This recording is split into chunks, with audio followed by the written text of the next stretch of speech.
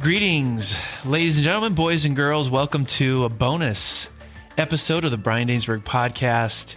And we are talking all things Lakeside Alliance Church. And I have with me lead pastor of Lakeside Alliance Church, John Vallier. Brian, it's great to be able to be here again with you. I think this is our third time talking about Lakeside. Yeah. And the last time we talked, Lakeside was still in the future in terms of her launch. And here we are sitting in March, and she's a living, breathing reality now. And so we want to talk a little bit about that. And why don't we start with this? January 7th? January 7th. January 7th was the soft opening. Yep. Right. And then we had a public launch a couple weeks later. Correct. January 21st. So take us through, because somebody might be wondering, well, okay, starting a church, what's that like? Mm-hmm. Particularly when it comes down to, okay, this Sunday's here, and now you got to get going. You got to do something. You got to have something. So what was that first month like for you and your team? Because there's been an army involved. Yeah. Well, what a great question. Really, when I think about that first month, what was surprising to me was we had been in a long process of praying, planning, preparing, for 18 months in some ways, depending on how you look at it, but really 12 months where we had been intentionally working towards building out this church. What is this going to be like? What is this going to, and most of that was, of course, focused on where we're heading in 5 years rather than, first Sunday. However, as we got closer, especially those last 3 months, was drilling down into that. And so as we got to January 7th, I was excited, a little nervous, a little apprehensive, how's this going to go? But that first morning, couldn't sleep well that night before, but, got right up, got at it, had more energy than I could imagine. And our soft launch Sunday, so January 7th, we had just as many people there as we did on our public launch Sunday to the community. Now, when we think about that, I think about the amount of advertising and the amount of communication and invites that went into the public launch Sunday being, through the roof, right? Yeah. But we had just as much involvement on that very first Sunday. Wow. So, we had people coming. Word was out. Continued. Yes.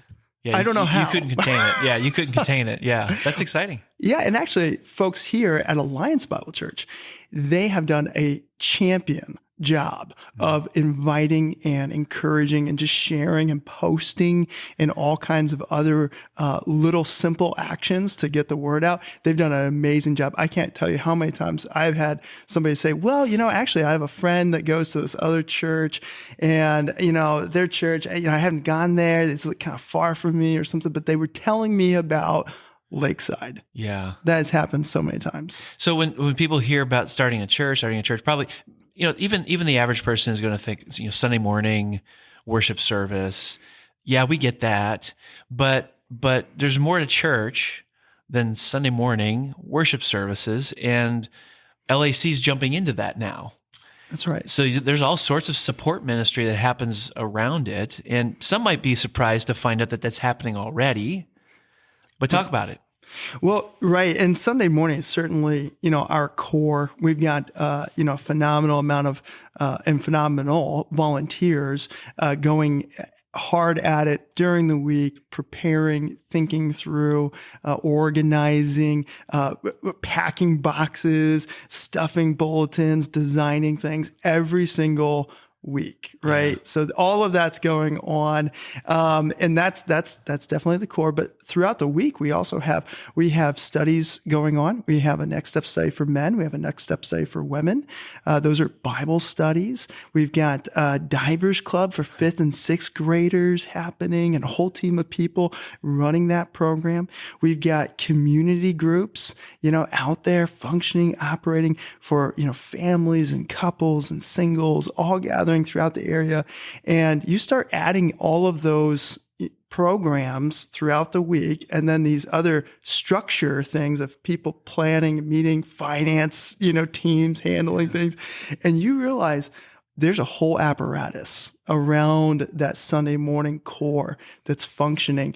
And it's exciting to watch all these people putting their gifts into action. Right. Now you're in a temporary location. We should remind people of that in case they're tuning in for the first time. You're where right now? Right now, we're meeting in a banquet hall. It's a hotel ballroom on the edge of town in Port Washington. So it's the Lepanto Banquet Hall. The owner has been phenomenal to work with, very easygoing, actually loves Alliance Bible Church. And out of his love for this church, he doesn't attend here, but just out of his love for the people that go here, wanted to be of help to us. Wow. That's cool.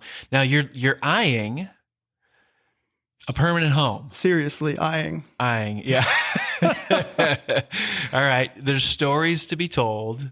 Yeah. Tell us about what that is, when you want it to happen, when it might happen, when it'll really happen. I can't say too much, Brian. In terms of the when, I have been taught over and again. I keep in my office a sign. It says, Lakeside Alliance Church coming fall of 2023.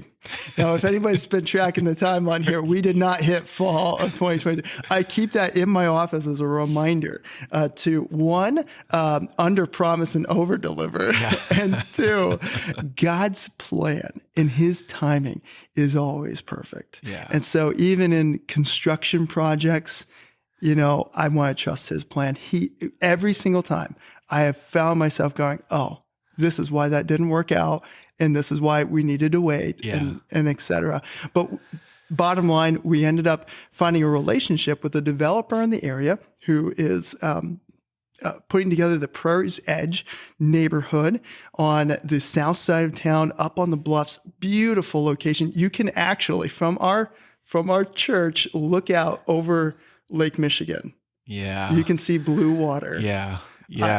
I'm not saying envy of our denomination right there. The location of this thing is the envy of our denomination. It'd be the best preaching venue in the entire state. I didn't know I was going to have to compete with the views when in my preaching, but my wife tells me I'm a handsome guy, so it'll be okay. Just kidding. But anyway, so this developer has been putting together this neighborhood. He had a willingness and a heart to work with a church. Yeah. And so here we are. We have been working then towards a new building.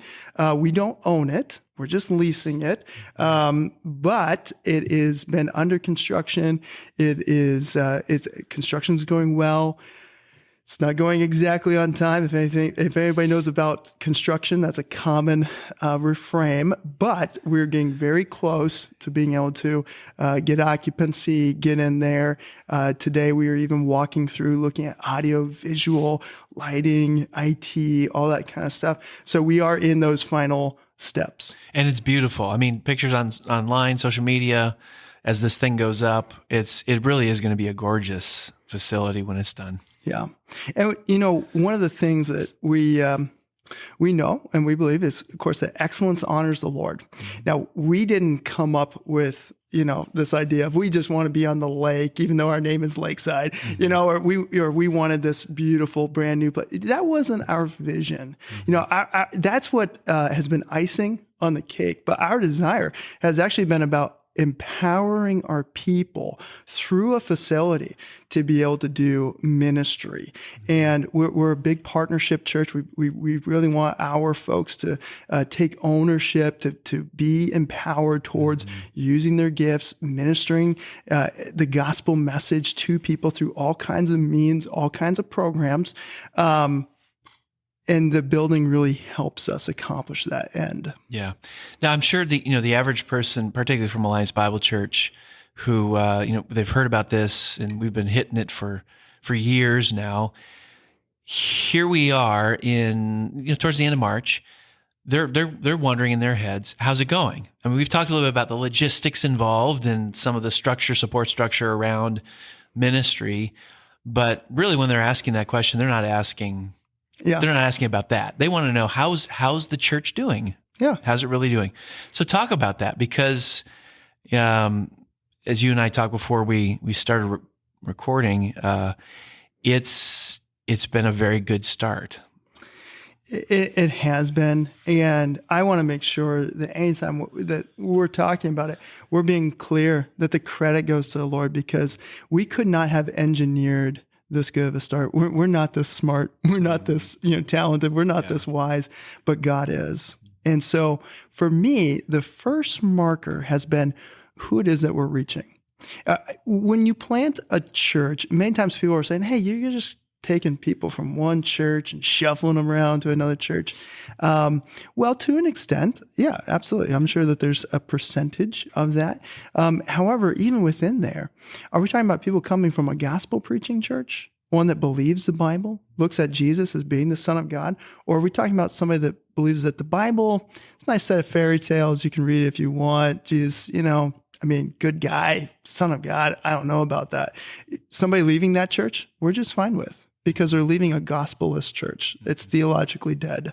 So yes, there's some of that, but even to what degree, what are we talking about?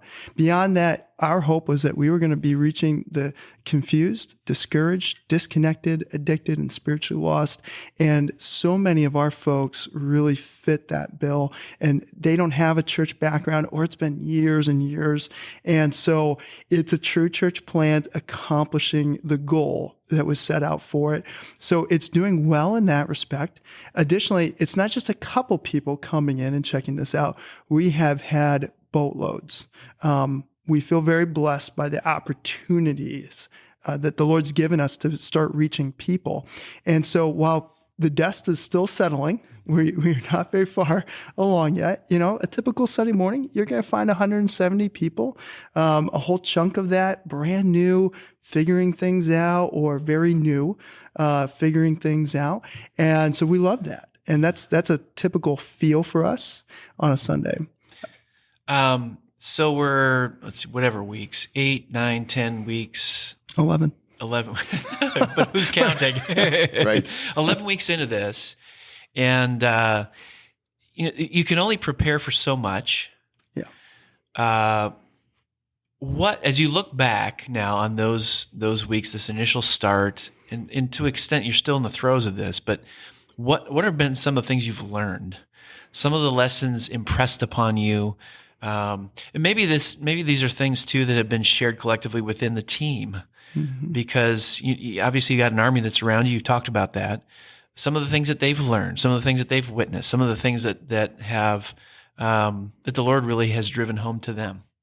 Yeah.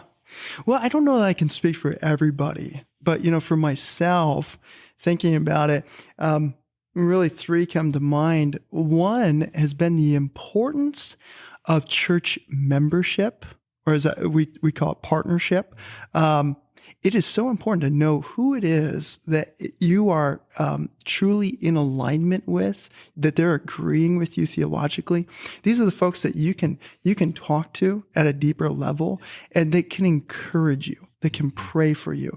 And we have sensed that kind of familial bond and the importance of knowing and having a structure and a process, and really even a discipleship tool that is, and for the health of our church, that's been huge. And so that has been a refresher for me of going, oh, I see why this is so important. I see where this is in the Bible. I'm so glad we practiced this and that we were prepared.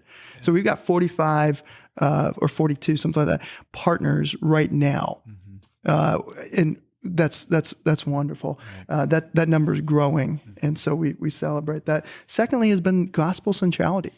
When you're a preacher, not every message can simply be an evangelistic sermon with an invitation at the end, right? And yet, in a church planting setting, you're sitting there going, I so desperately need to share once again this nutshell of the gospel with you. And if you can't find your way, if you don't see the scriptures through a gospel-centric lens, that's going to be difficult. If your preaching doesn't reflect that, you're going to be either becoming very trite, or you're going to be having to cherry pick all the texts that only line up with that. I just finished our first sermon series, Fresh Start, that has certainly been in alignment with this. But even there, you're going, listen, I want people to know the kind of preaching that we really engage in well after this series. Yeah. So that's been huge. Mm. And then really the third and final thing has been an understanding for me of how easy it is for me as a leader to underestimate what God can do. Whether this is underestimating what he can do in somebody's heart, in changing and teaching them, growing them, underestimating the size, the scope, the extent that he might have in store for what Lakeside should be doing, or underestimating how much he wants to do in me. Mm.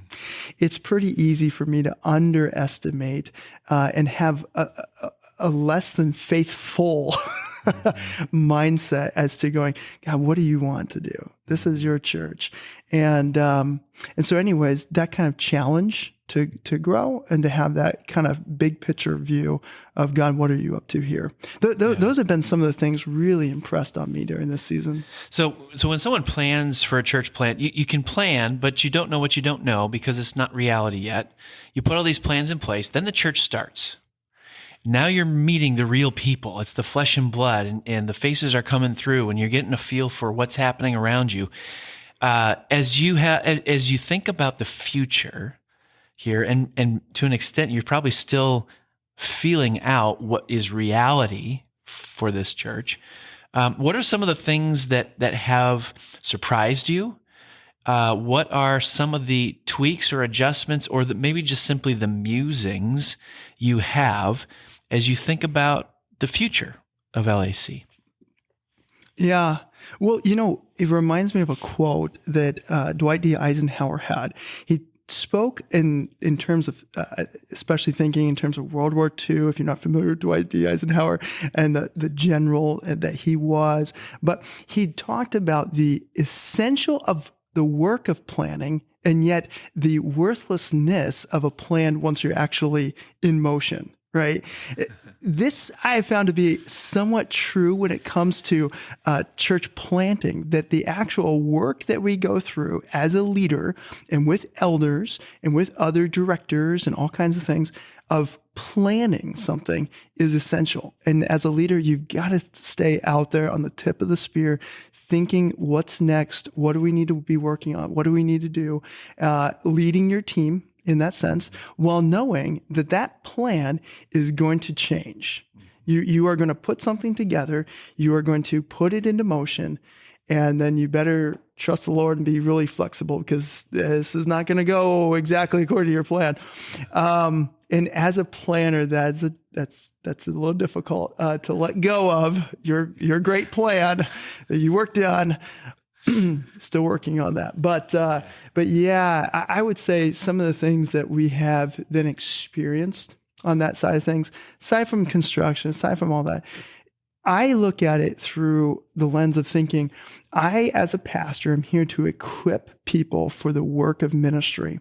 How well am I doing at equipping our leaders for now who it is that's actually walking in our doors? That's a difficult piece because you're in a church planting setting. You didn't know exactly who was going to come, but now they're here. And now you're responding and thinking to yourself, how is it, because you can't do it all, how is it that I can help equip my people for the actual ministry to real life people that they're now experiencing? We've got folks leading studies that are experiencing challenging questions.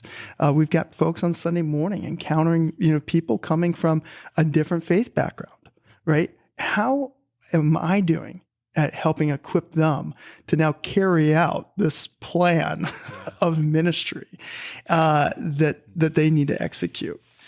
So, as you think about, people who might be listening to this, they might be wondering, well, okay, I got the rear view mirror look. I got current state kind of, and some musings about the future. What is needed now? It's a great start, and we've mentioned the fact that I don't know that we could have drawn up something better. But certainly churches, as you get a feel for what actually is the terrain on the ground, the lay of the land. What are the needs? What are your prayer requests? What's heavy on your heart as you think about now, okay, we got a great start.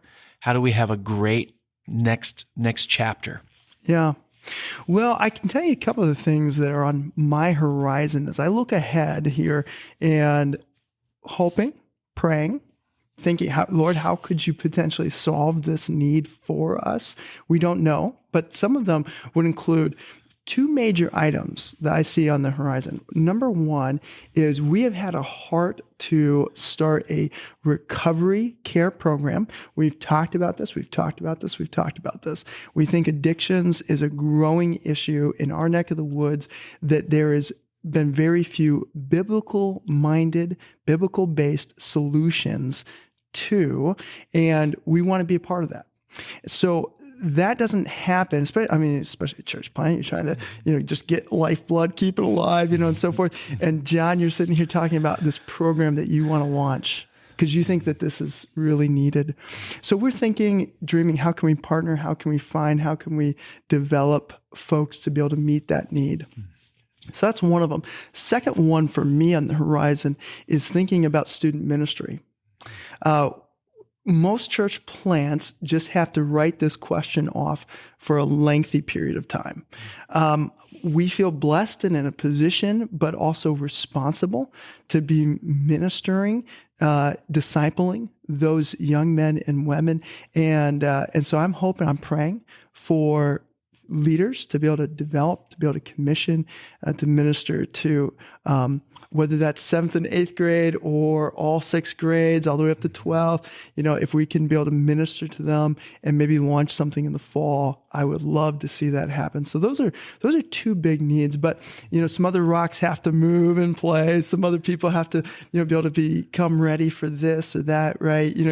But those are the two on my horizon for what I would love to see after we get into a building. And we've already got, on our schedule, 7 summer camps for kids all going, but what about that older generation? What about those older students? Is there a way that we can meet them where they're at? Right. One more question for you. Undoubtedly, we have people listening who are prayer warriors, and probably some who are pretty voracious fighters, in private, who would want to know, okay, how can I get on my knees for you? How can I get on my knees for Lakeside and continue to lift you up to the Lord? Mm-hmm. If someone like that was to come up to you and ask you that, what are going to be some of the first couple, 3 things that come to mind? Yeah, well, if I know the person, I trust them.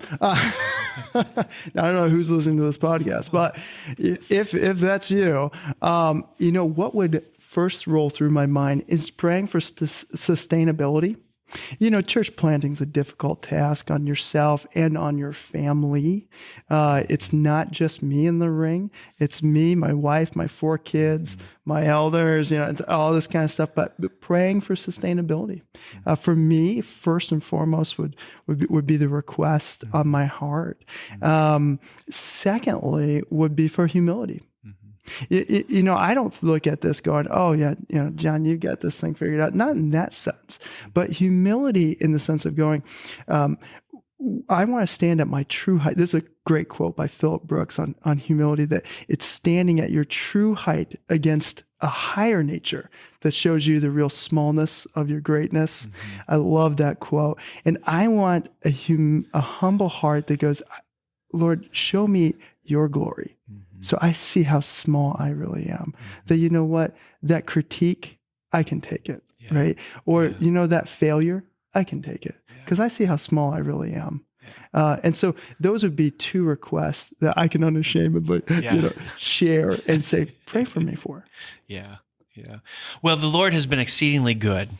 And John and I were talking about that, and and the Lord's been very good to ABC too in all this, as well as we've, so to speak, birthed this church, and we are exceedingly grateful and humbled before God for His goodness to us, and He has given us better than we deserve through this, and we're thrilled at what has transpired so far. And it certainly is an encouragement, and it certainly is an energizing factor as we think about keeping after it. Not that we were going to quit if it didn't go well, but Right. Yeah. but it certainly does help to get some early wins, and the Lord has given us that, and we're thankful to you all who have supported in one way or another this ministry, this work, and we look forward to seeing how the Lord uses this in the months and the years to come. John, thanks for being here. Brian, thanks so much for having me.